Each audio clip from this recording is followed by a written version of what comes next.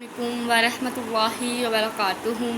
آج میں بتاؤں کہ تقدیر کا بیان، تقدیر کسے کہتے ہیں۔ ویڈیو شروع کرتے ہیں۔ اعوذ باللہ من الشیطان الرجیم، بسم اللہ الرحمن الرحیم۔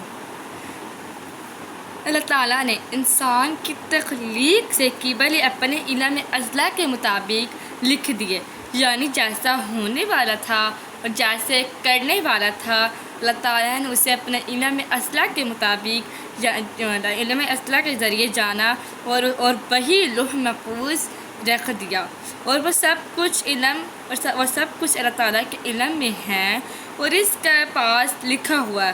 اس کا نام تقدیر قضا، یعنی کہ اللہ تعالیٰ نے انسان کی تخلیق سے قبل اپنے علم سے جانا، جو ہم کے ماں کے پیٹ میں تھے، اور جو فرشتے آتے ہیں تو وہ جانتے ہیں کہ یہ کیا کرنے والا ہے اور کیا نہیں کرنے والا، یعنی کہ اگر ہم نیکی کریں گے تو ہماری نیکی ہی لکھی جائے، اگر ہم برائی کے راستے پہ چلیں گے تو ہم برائی ہی کریں گے، اگر ہم فساد پلاننگ کریں گے تو فساد ہی ہوگا۔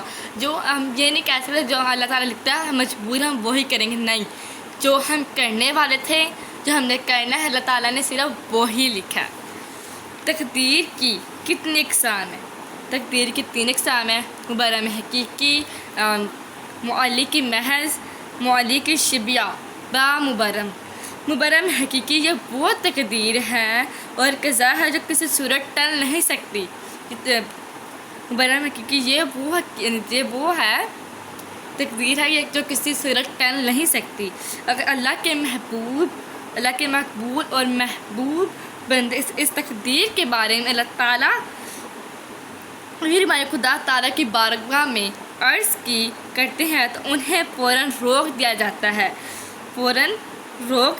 ہے، جیسے فرشتے جب حضرت لوط علیہ السلام کی قوم پر عذاب لے کر آئے تو حضرت ابراہیم علیہ السلام قوم لوط سے عذاب اٹھانے کے بارے میں اپنے رب سے جھگڑنے لگے۔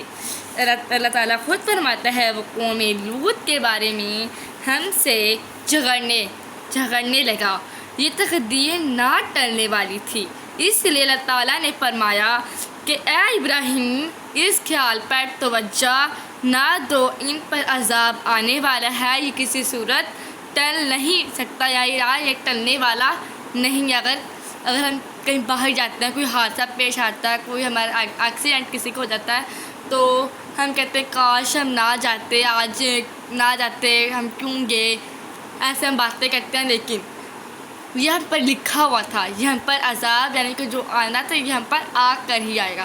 ہم جتنی دعائیں مانگنے کرنے کی کوششیں، لیکن یہ کسی طرح ٹل نہیں سکتا، یہ کسی نہ کسی طرح آئے گا، یا گھر میں یہ حادثہ کو پیش آئے گا یا کہیں باہر آئے گا۔ اسی لیے یہ ہم اس کو کیا کہتے ہیں، دعاؤں کے ذریعے نہیں کر سکتے، یہ آنا ہی ہوتا ہے، اس نے جب آنا ہوتا ہے۔ دوسری ہے کہ معلق محض، یہ وہ تقدیر ہے، وہ قسم ہے جس کا ٹلنا کس چیز پر موقوف اور معلق ہے، اور فرشتوں کو اپنی تقدیر کے ٹلنے کا علم دیا گیا ہے۔ یہ تقدیر اکثر اولیاء کرام اللہ کی دعا اور توجہ سے ٹل جاتی ہے، اور وہ من جانب اللہ تعالیٰ تک رسائی رکھتے ہیں۔ حدیث پاک میں اس تقدیر کے بارے میں فرمایا ہے، تقدیر کو صرف دعا ہی ٹال سکتی ہے اور کچھ نہیں ٹال سکتی تقدیر کو۔ اسی لیے یہ معلق محض، اگر ہمیں لگتا ہے کہ ہماری جو قسمت تقدیر نہیں صحیح ہمارے تو ہم دعا مانگتے ہیں، ہماری تقدیر بدل جاتی ہے۔ معلق شبیہ بمبرم، یہ وہ تقدیر ہے جس کا ٹلنا اللہ کے علم کس چیز پر موقوف ہے، فرشتوں کو اس کی اطلاع نہیں دی گئی۔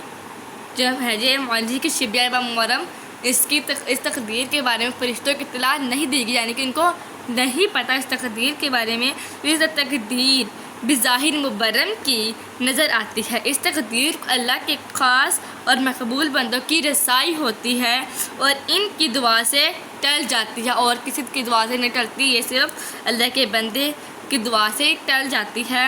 حدیث پاک میں ہے بے شک دعا قضائے مبرم کو ہی ٹال سکتی ہے، ہمیں صرف جتنا ہو سکے بھی دعا مانگنی چاہیے، نماز پڑھنی چاہیے، اس لیے ہماری تقدیر ہے وہ بدل جاتی ہے۔